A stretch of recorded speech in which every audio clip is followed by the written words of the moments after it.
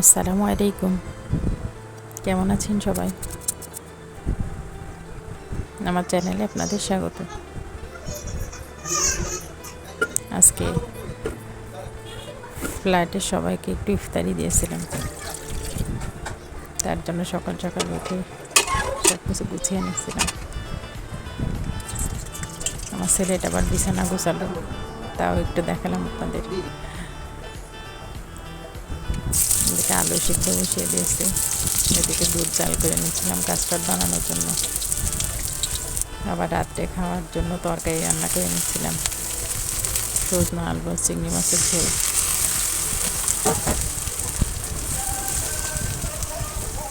আমি এভাবে রান্না করি, আপনারা কীভাবে রান্না করেন জানাবেন।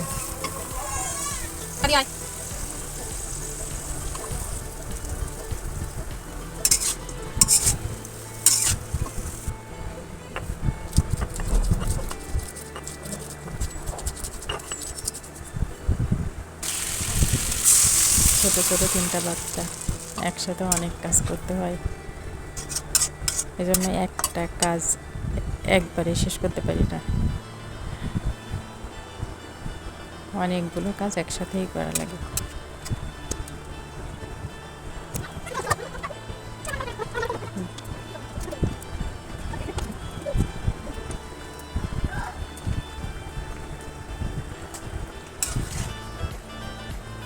কাস্টার্ড পাউডার দিয়ে দিচ্ছিলাম দুধের ভিতরে। এদিকে চুলার উপরে তরকারি, আস্ত ঝাল দিতে হয়, বাচ্চারা ঝাল খায় না, তো এই জন্য।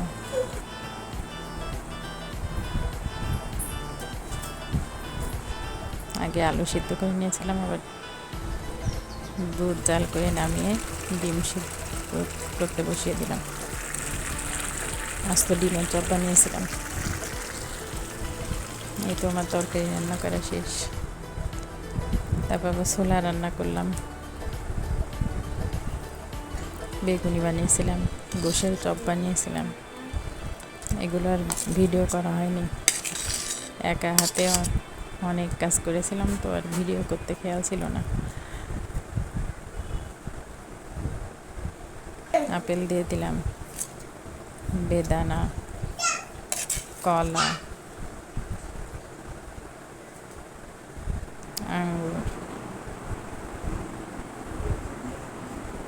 আর সব শেষে মিষ্টি। মিষ্টি ছাড়া কাস্টার্ড আমার কাছে ভালোই লাগে না।